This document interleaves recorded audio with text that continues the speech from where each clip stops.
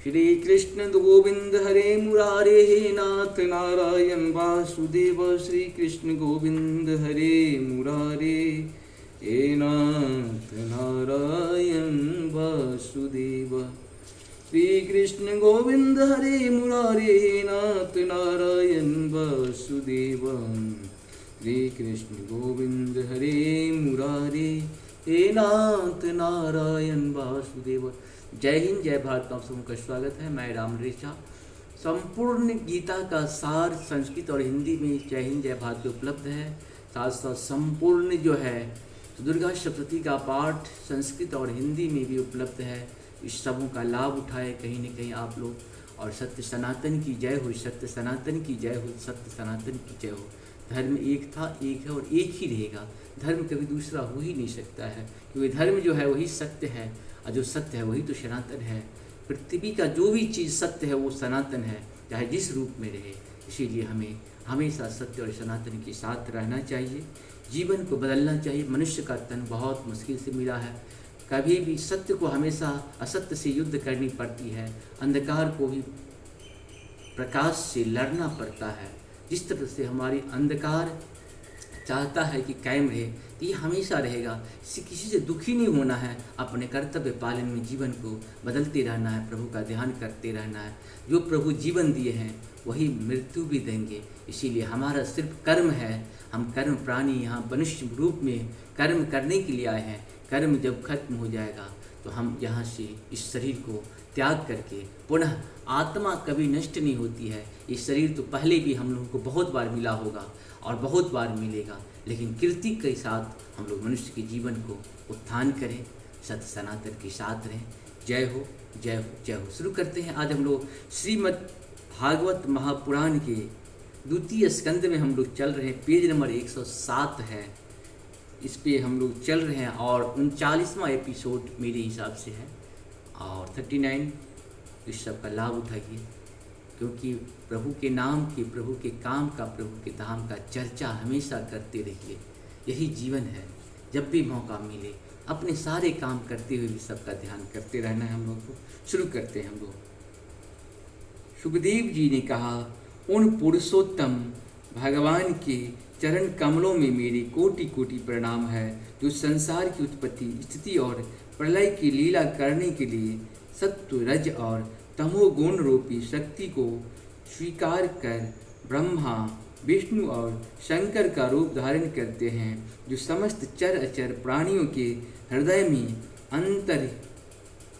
अंतर्यामी रूप में विराजमान हैं, जिनका स्वरूप और उसकी उपलब्धि का मार्ग बुद्धि के विषय नहीं है, जो स्वयं अनंत हैं तथा जिनकी महिमा भी अनंत है।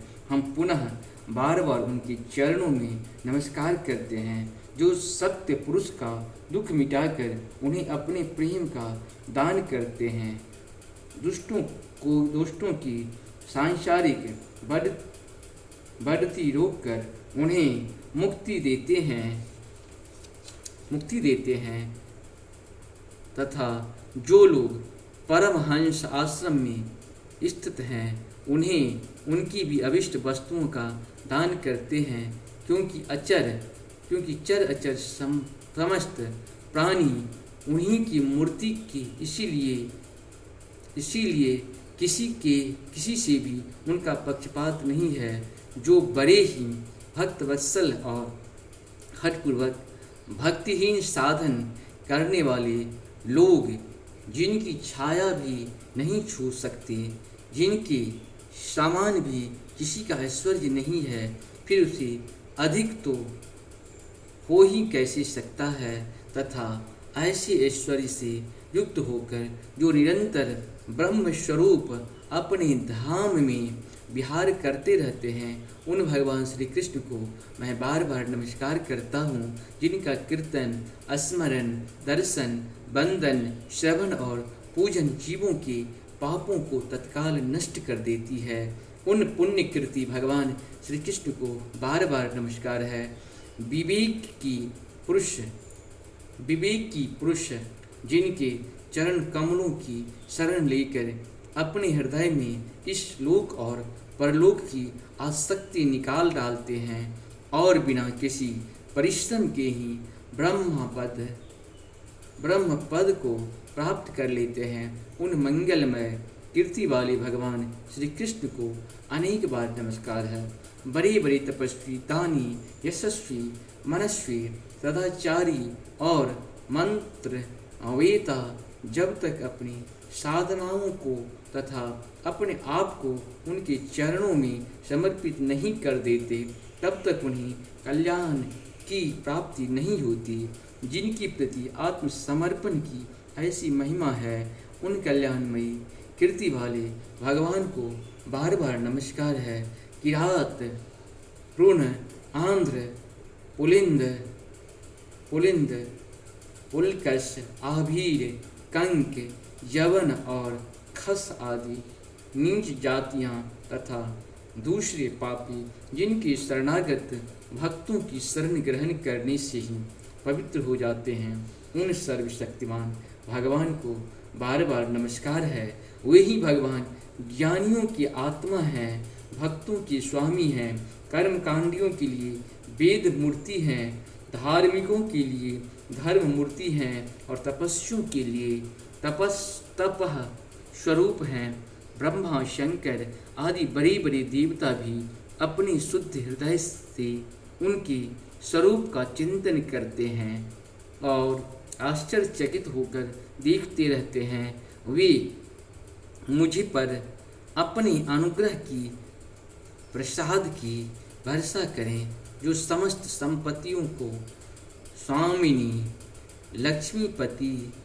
लक्ष्मी देवी के पति हैं, समस्त यज्ञों के भोक्ता एवं फलदाता हैं, प्रजा के रक्षक हैं, सबके अंतर्यामी और समस्त लोकों को पालन करता है और पृथ्वी देवी के स्वामी हैं, जिन्होंने यदुवंश में प्रकट होकर अंधक,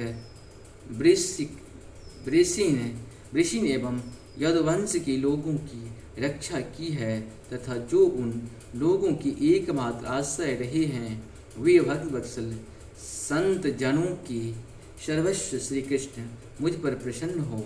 विद्वान पुरुष उनके चरण कमलों के चिंतन रूप समाधि से शुद्ध हुई बुद्धि के द्वारा आत्म तत्व का साक्षात्कार करते हैं तथा उनके दर्शन के अनंतर अपनी अपनी मति और रुचि के अनुसार जिनके स्वरूप का वर्णन करते रहते हैं, वे प्रेम और मुक्ति की लुटाने वाले भगवान श्री कृष्ण मुझ पर प्रसन्न हों, जिन्होंने सृष्टि के समय ब्रह्मा के हृदय में पूर्व कल्प की स्मृति जागृत करने के लिए ज्ञानी की अधिष्ठात्री देवी को प्रेरित किया और वे अपने अंगों के सहित वेद के रूप में उनके मुख में प्रकट हुए। वे ज्ञान के मूल कारण भगवान मुझ पर कृपा करें, मेरे हृदय में प्रकट हों। भगवान की पंच महाभूतों से इन शरीर का निर्माण करके इनमें जीव स्वरूप से सहन करते हैं और 5 ज्ञानेंद्रियां, 5 कामेंद्रियां, 5 प्राण और 1 मन इन 16 कलाओं से युक्त होकर इनके द्वारा 16 विश्वों का भोग करते हैं। वे सर्वभूतमय भगवान मेरी वाणी को अपने गुणों से अलंकित कर दें। संत पुरुष जिसके मुख कमल से मकरंद के समान झरती हुई ज्ञानमयी सुधा का पान करते रहते हैं, उन्हें वासुदेव देवातार सर्वज्ञ भगवान व्यास के चरणों में मेरा बार बार नमस्कार है। परीक्षित, वेद गर्भ स्वयंभू ब्राह्मणे नारद ने प्रश्न करने पर यही बात कही थी जिसका स्वयं भगवान नारायण ने उन्हें उपदेश किया था और वही मैं तुमसे कह रहा हूँ। 5वां अध्याय सृष्टि वर्णन की है और यहाँ पे हम लोग कुछ करते हैं। नारद जी पूछा, पिताजी, आप केवल मेरे ही नहीं, सबके पिता, समस्त देवताओं से श्रेष्ठ एवं सृष्टिकर्ता हैं। आपको मेरा प्रणाम है। आप मुझे वह ज्ञान दीजिए जिससे आत्म तत्व का साक्षात्कार हो जाता है।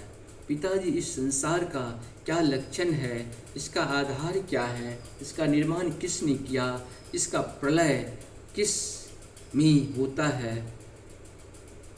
होता है, यह किसकी अधीन है, और वास्तव में यह है क्या वस्तु। आप इसका तत्व बतलाइए। आप तो यह सब कुछ जानते हैं, क्योंकि जो कुछ हुआ है, हो रहा है या होगा, उसके स्वामी आप ही हैं। यह संसार हथेली पर रखे हुए आंवले के समान आपका ज्ञान दृष्टि के अंतर्गत ही है। पिताजी, आपको यह ज्ञान कहाँ से मिला? आप किसके आधार पर ठहरे हुए हैं? आपका स्वामी कौन है और आपका स्वरूप क्या है? आप अकेले ही अपने माया से पंचभूतों के द्वारा प्राणियों की सृष्टि कर देते हैं। कितना अद्भुत है! जैसे मकड़ी अनायास ही अपने मुंह से जाला निकालकर उसमें खेलने लगती है, वैसा ही आप अपनी शक्ति के आश्रय से जीवों को अपने में उत्पन्न करते हैं, और फिर भी आप में कोई विकार नहीं होता। जगत में नाम रूप और गुणों से जो कुछ जाना जाता है, उसमें मैं ऐसा कोई सत्य असत्य, उत्तम मध्यम और अधम वस्तु नहीं देखता जो आपके सिवा और किसी से उत्पन्न हुई हो। इस प्रकार सबके ईश्वर होकर भी आपने एकाग्र चित्त से घोर तपस्या की। इस बात से मुझे मोह के साथ साथ बहुत बड़ी शंका भी हो रही है कि आपसे बड़ा भी कोई है क्या? पिताजी, आप सर्वज्ञ और सर्वेश्वर हैं। जो कुछ भी पूछ रहा हूँ वह सब आप कृपा करके मुझे इस प्रकार समझाइए कि जिससे मैं आपके उपदेश को ठीक ठीक समझ सकूं। इस प्रकार से हम लोग का यहाँ ये पूर्ण हुआ। कल फिर हम लोग 40वां लेके आएंगे। आप सबको बहुत बहुत धन्यवाद है। सत्य सनातन की जय हो, सत्य सनातन की जय हो, सत्य सनातन की जय हो। धर्म एक था, एक है और एक ही रहेगा। हम लोग हमेशा सत्य के साथ रहें, सनातन के साथ रहें। जीवन बार बार नहीं मिलता है, ये मनुष्य तन मिला है, इसका ज़्यादा से ज़्यादा उपयोग करें। जय हो, जय हो, जय हो। नमस्कार।